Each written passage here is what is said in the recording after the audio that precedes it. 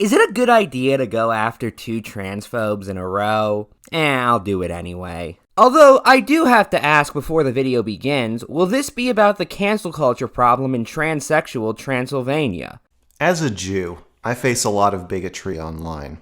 Some of it's very overt, some of it's subtle. Some of it is so subtle, we call it dog whistling. Because unless you're a dog or a Jew, you can't even hear it. Or an anti-Semite who would understand the coded meaning, but I'm nitpicking here. When these creators make these anti-Semitic remarks about me, do I report them? Do I form a Twitter mob and demand they be silenced? No. I just say, "Oi!"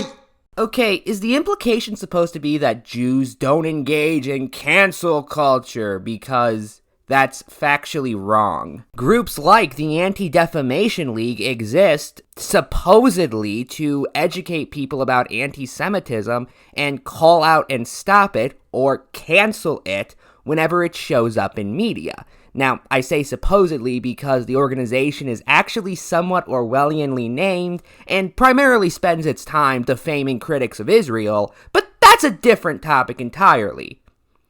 I don't like the ADL, if you couldn't tell. Hey, anyone remember that time the ADL tried to cancel the Park 51 Community Center, even occasionally echoing utterly false claims that it was a Ground Zero mosque, despite it neither being a mosque nor at Ground Zero? I do. Now, I'm not saying that this man necessarily agrees with that, but what I am saying is that there are Jews who do this. So his framing of, well, I'm a Jew and I would never do this, is utterly misleading at best and nonsensical at worst. Okay, you as a Jew would not personally do this. What does the fact that you're a Jew have to do with anything? Because without that wider context, it's nothing but an appeal to self-authority. Which, okay? And I can't even control being a Jew. Trust me.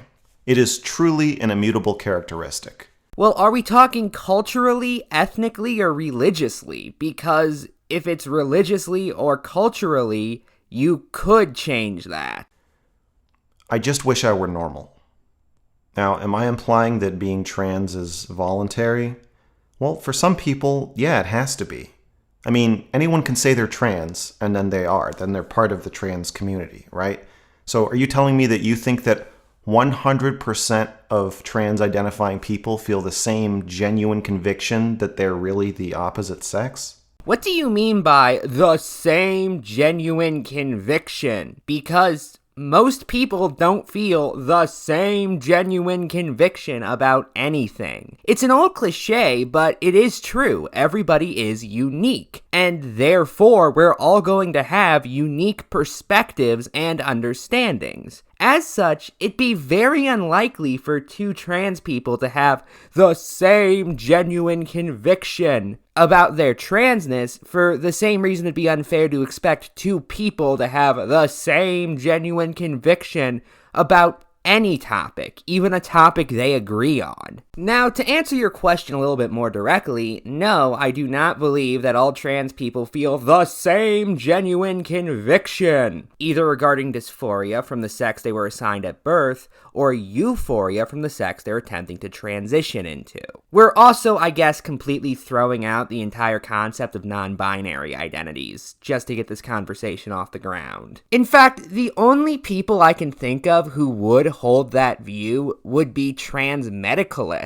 And trans medicalism is not something most mainstream supporters of whatever your term is for believing transgender people are valid subscribe to. I should also just point out that I have no idea how we got from point A to point B here. So being transgender has to be a choice because not every person who is transgender has the same genuine conviction. Well, even if I bought the notion that having the same genuine conviction meant something, that still wouldn't logically follow. What would follow is that the people who don't have the same genuine conviction are just lying. Munchausen syndrome is a psychological disorder where somebody will pretend to be sick, usually for the purposes of attention. If they are pretending somebody else is sick, such as a parent pretending their child is sick, this is called Munchausen by proxy. Now, tell me, does the existence of Munchausen syndrome, aka people saying they're sick without having the same genuine conviction, prove that being sick is a choice? Well, obviously not. Are we assuming that there's no piggybacking perverts or opportunists or teenagers experimenting or clout seekers or just confused people or people who just think it would be fun to transition? Why would somebody who's not transgender find it fun to transition? That doesn't make any sense. But to answer your question, do I think there are people who fall under that category? Well, let me answer your question with a question. Do you have evidence anybody falls under this category? If not, what you're giving me is essentially a lifeboat scenario, or a hypothetical that has an incredibly low chance of happening that you're using to disguise the fact that you can't actually make any legitimate arguments. There's no way to know who's really trans. But do we need to know who's really trans? No, but trans people have established themselves as a class of people who require extreme sensitivity and accommodation, and anyone can opt in. I could say that I'm a trans lesbian right now, in the middle of this video, and not change anything about myself, and you would just have to accept it. Yeah, you theoretically could do that. Would you do that? Would anyone in your position do that? If the answer is yes, can you provide me some evidence or examples of somebody in your position doing that? And for that matter, even if there was some nationwide epidemic of people who look like you identifying as trans lesbians and not changing anything about their appearance, what would be the negative results of that? Why is that a future we should have issue with arriving at? In both my gender and Black Lives Matter narrative videos, I talked about how conservatives are kind of cruel with the way they set boundaries and how progressives don't like to set boundaries at all. Well, I've come to set some cruelty-free boundaries. Trans activism is overshadowed, but also propelled by the ever-present threat of suicide. I have no idea what that's even supposed to mean. This has to stop. It makes people who care about the well-being of trans people, such as myself, afraid to say what we're thinking, unless we're billionaires. Hey, you remember how he was just talking about dog whistles, and now he's talking about how there's some silent majority who's afraid to speak out against transgender activism? I just find the fact that he's doing this showing that he has no self-awareness to be, at the very least, amusing. It makes it so that the only people really willing to give any kind of pushback do so in the form of sociopathic mockery, because all that's left are the people who don't care. Okay, I just also want to point out that this rhetoric is utterly nonsensical. So what I'm pretty sure he's trying to say is this. People who actually care about transgender people are being silent about things that they are concerned about regarding transgender people because they're worried that said transgender people are going to commit suicide if they continue down a certain path. Wouldn't being worried that people you care about are going to commit suicide act as an incentive to speak up as opposed to quieting down? I should also say that if the vague notion that people are going to die is enough to scare you out of discussing something, then you just aren't brave enough to talk about serious adult issues. That same threat, although not always in the exact same form you frame it as here, does appear in a lot of topics. If you cannot stand the notion that your ideas might lead someone to die to the point where you become afraid to speak them as a result, why should you have any ability to control how people act when they're alive? I should note, I'm not saying that any and all policies in any political debate or that any and all cultures and all cultural debates are going to automatically lead to somebody dying. Although, spoiler alert for your life, it is going to end with your death. What I'm saying is that this incredibly vague and empty people will die threat appears all the time in political and cultural discourse. Just look at the debate over COVID lockdowns, or the debate over gun policy, or the debate over foreign policy, or even certain debates among economic policy. Culturally, look at debates over what causes things like violence, depression, and suicide, if you don't believe me.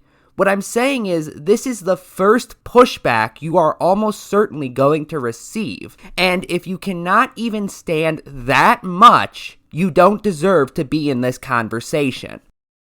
A similar problem is dubious claims about high murder rates.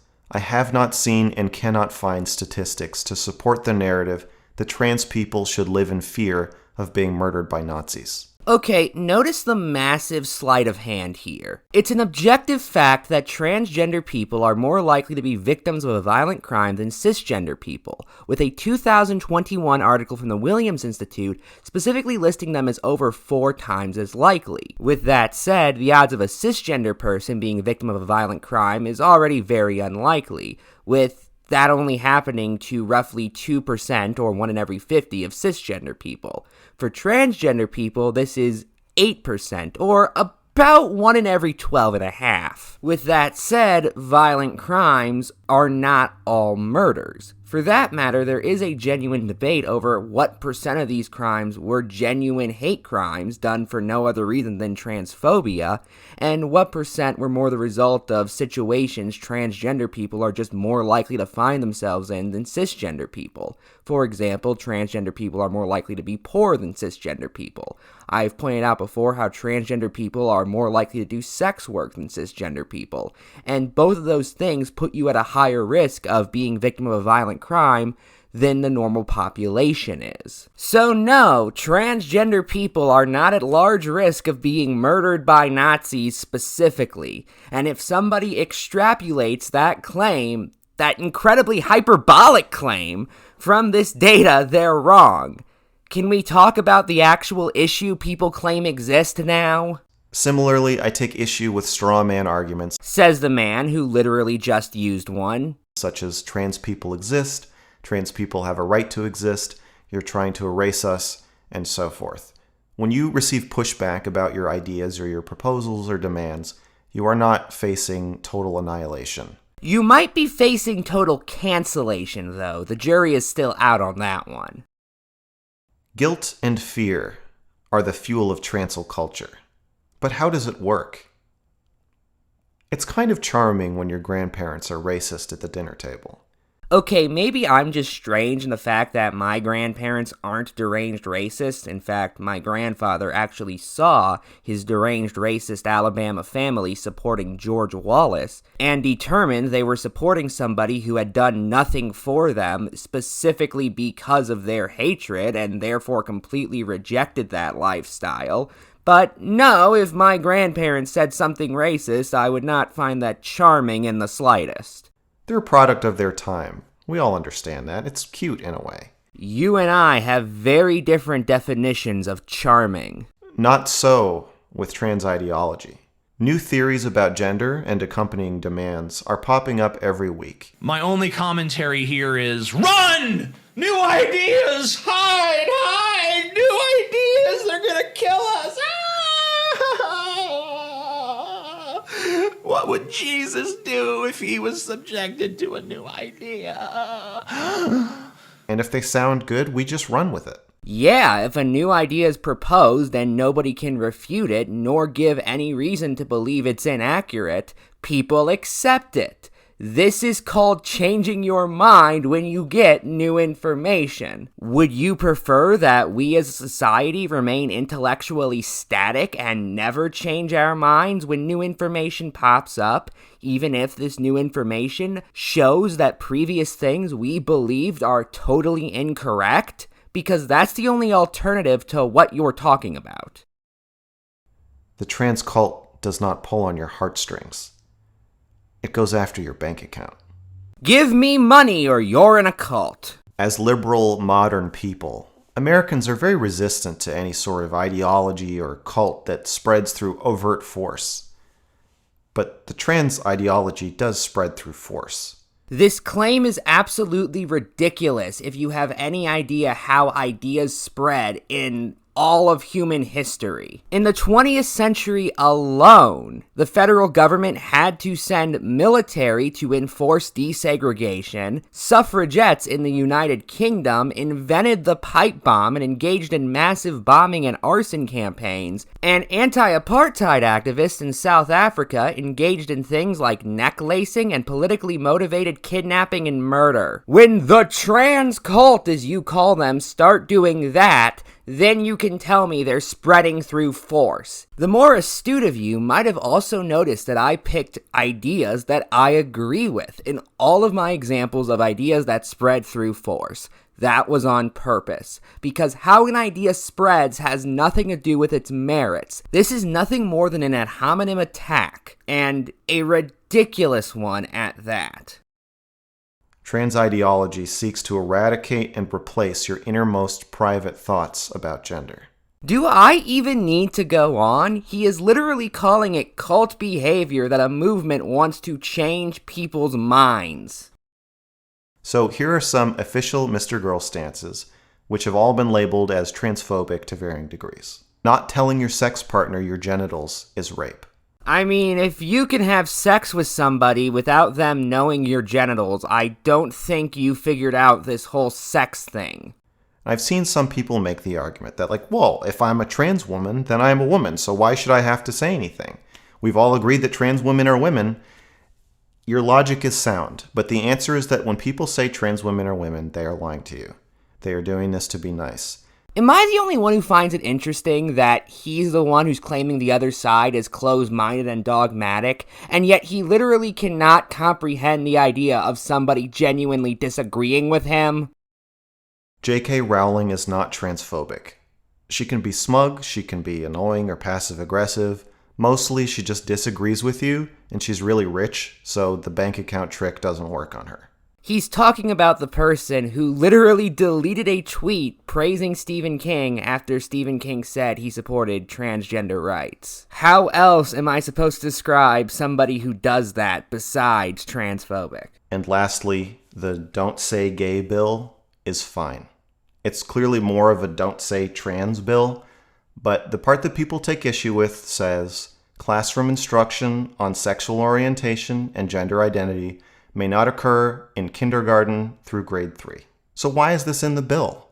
Well, it's because conservatives don't trust you not to brainwash their daughters into thinking that they're boys if they play with trucks. Is this a reasonable fear? Yes, absolutely. Would you trust conservatives not to brainwash your kids into being Christians if they could at school? I mean, it'd be pretty weird for well-known conservatives Ben Shapiro and Dennis Prager to try and brainwash my kids into being Christian, considering they're both Jewish, just as it would be weird for another well-known conservative, columnist George Will, to attempt to do the same, considering he's an atheist. No. So, liberals, I think it's time to stop scratching your head and pretending not to understand that there's a huge schism around the topic of gender in this country. And from a conservative's perspective, you want to convince little boys to take hormones and cut their dicks off.